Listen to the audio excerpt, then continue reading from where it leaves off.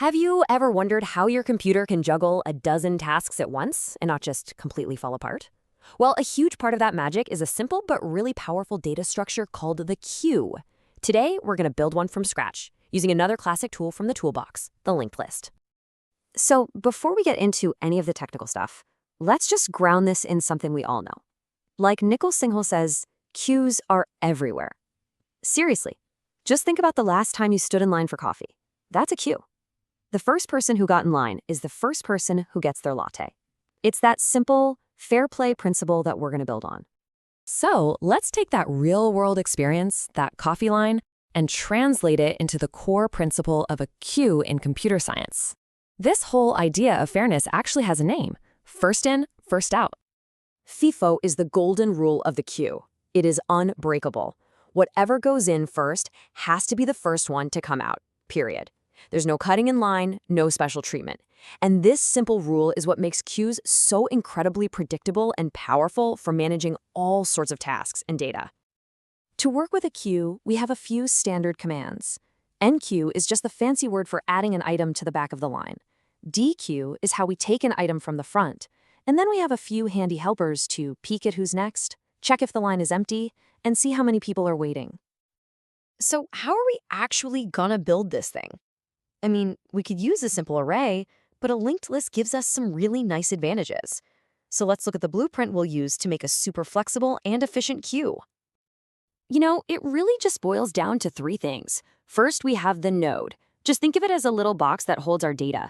And, this is key, it also holds a pointer to the next box in the chain.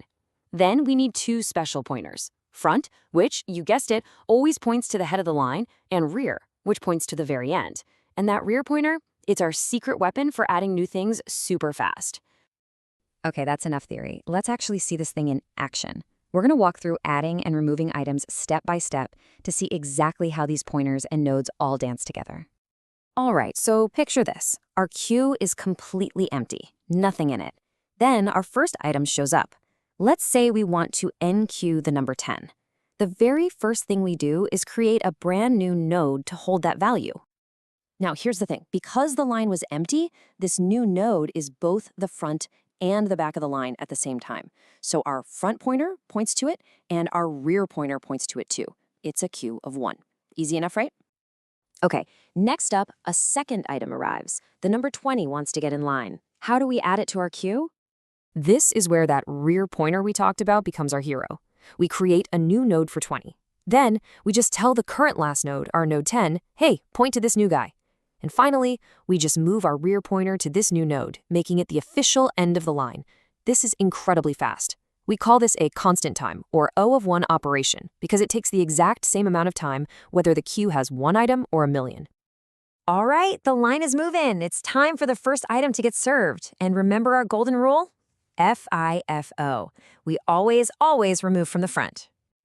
And this process is just as slick. We grab the value from whatever our front pointer is looking at, in this case 10.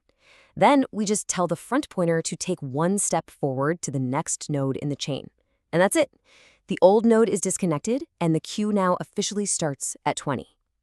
Just like enqueue, this is another super fast O of 1 operation. This brings up a really good question, a classic edge case. What happens if we dequeue that very last item, number 20? Our front pointer would move forward to nothing. It would be none. But what about our rear pointer? Is it still pointing to that old node? Nope, we have to be tidy. If front becomes null, that means the queue is officially empty. So to keep our system in a consistent, clean state, we also have to set our rear pointer to none. This little bit of housekeeping is crucial because it ensures that when the next item comes along, our queue knows it's starting from scratch. So we've seen how a linked list queue works, which is cool. But the much more important question, the one you'll face as a developer, is why would you pick this over something that seems simpler, like a basic array? This is where we get into the real practical trade-offs.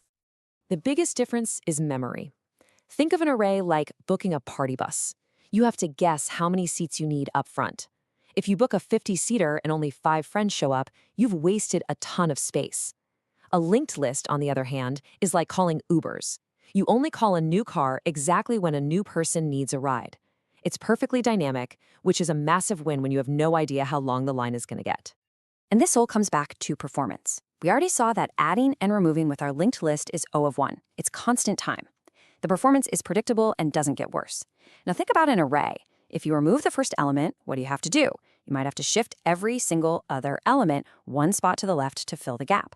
That's an O(n) operation. It gets slower and slower the bigger the queue gets. So let's lay it all out. The linked list wins big on dynamic memory and that consistent lightning-fast dequeue speed. But arrays do have one trick up their sleeve: cache performance. Because array elements all live right next to each other in memory, the CPU can grab them really, really fast. Linked list nodes can be scattered all over, which can be a tiny bit slower in very high-performance situations. It's a trade-off. So, knowing all that, when is a linked list queue absolutely the right tool for the job? This is where the flexibility of a linked list really shines. Think about the task scheduler in your computer's OS. It has no clue how many programs you're going to open, or a web server getting flooded with user requests during a big event. Buffering data from a network stream is another perfect example. Basically, anytime you can't predict the maximum size of your queue, or you know it's going to change wildly, the linked list is your best friend. And that really leaves us with a final and, I think, a crucial question. In software, there's almost never one best answer. There's only the best tool for a specific job. So as you go out and build your own systems, what are you going to prioritize?